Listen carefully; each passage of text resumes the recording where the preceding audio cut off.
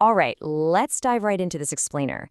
Have you ever wondered how an entire society can fall so deeply into groupthink that they commit the ultimate betrayal? Today, we're looking at a wild narrative from historical tradition, one that mixes extreme devotion, some truly bizarre rituals, and absolute apocalyptic terror. Seriously, who were the people so incredibly wicked that they would bury their own prophet alive and then literally dance on his grave? This striking question really sets the stage for the extreme tragedy of the people known as Ashab Al-Rass. As you'll see, their story is packed with immense blessings, strange deceptions, and ultimately massive consequences. Let's find out exactly how a thriving society spiraled into such madness. Part 1. The Mystery of the Rass. So, let's start by getting the lore and identity of this ancient group straight.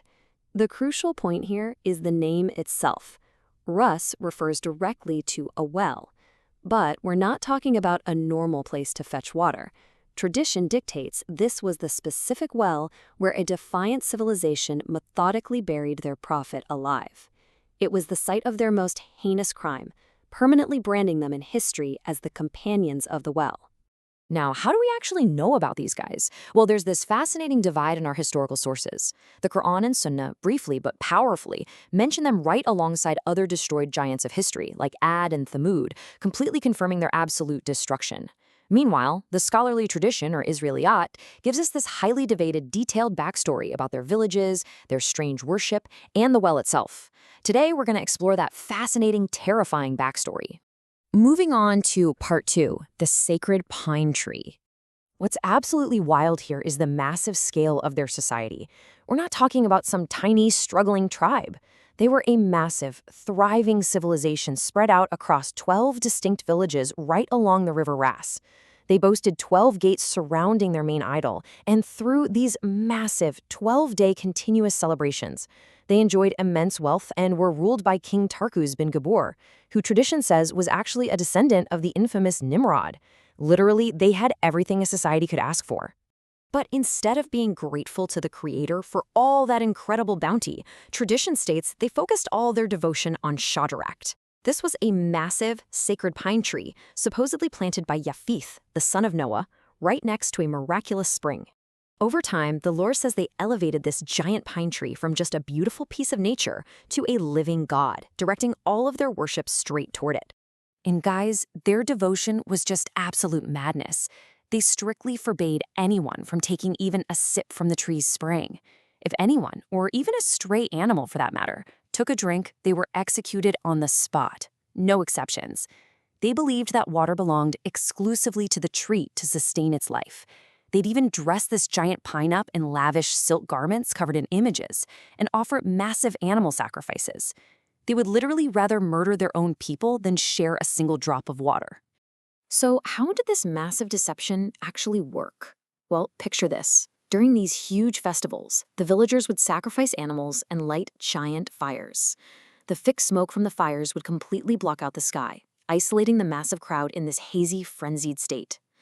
Right in the middle of all this sensory overload, the lore states Satan would physically shake the branches of the great pine. Then, he'd speak with a loud human voice from inside the trunk, telling them he was pleased. This methodical, over-the-top deception completely convinced these people that the tree was a living deity. I mean, imagine being in that crowd. The sensory overload was perfectly designed to keep them trapped in total ignorance. Part 3. Arrival of the Prophet. Right into this absolute chaos of smoke and fake idols, the texts say God sent them one final chance for redemption in the form of Prophet Hanzala ibn Safwan. He showed up to expose the trickery, to explain that the voice inside the tree was just a demonic deception, not a god.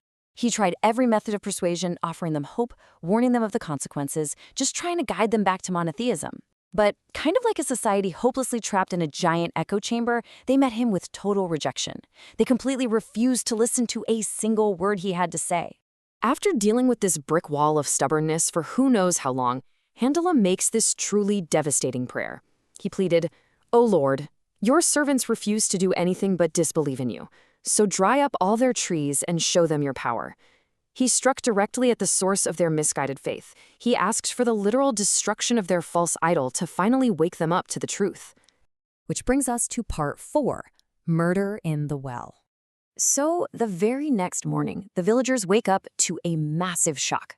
Their sacred pine tree is completely withered and dead. But rather than realize, hey, maybe we made a massive error here, their leaders claimed the prophet had used magic to curse their god. So they hatched this deeply cruel retaliation. They used long lead pipes to completely drain the sacred spring. Once it was totally dry, they excavated a deep, incredibly narrow well at the very bottom.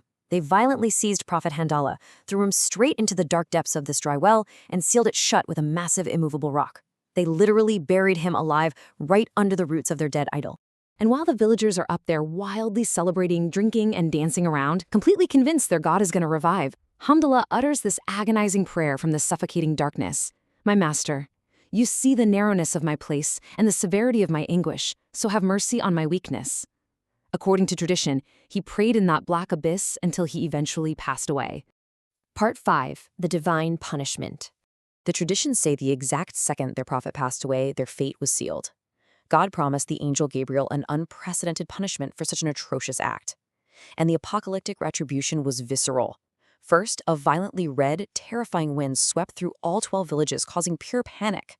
Then, the ground itself turned into burning brimstone right beneath their feet. As they looked up for some kind of relief, a black cloud rained down melting fire, literally dissolving their bodies like lead. The destruction was absolute. Their once thriving, super wealthy civilization was completely wiped off the map. It left nothing but haunted ruins echoing with the sounds of jinn, lions, and hyenas. It's a really stark reminder of the ultimate cost of utter arrogance. Part 6, the sleeping believer. Now, before we wrap up this explainer, there's this fascinating, almost surreal footnote in the scholarly tradition about a solitary, secret believer among this wicked society.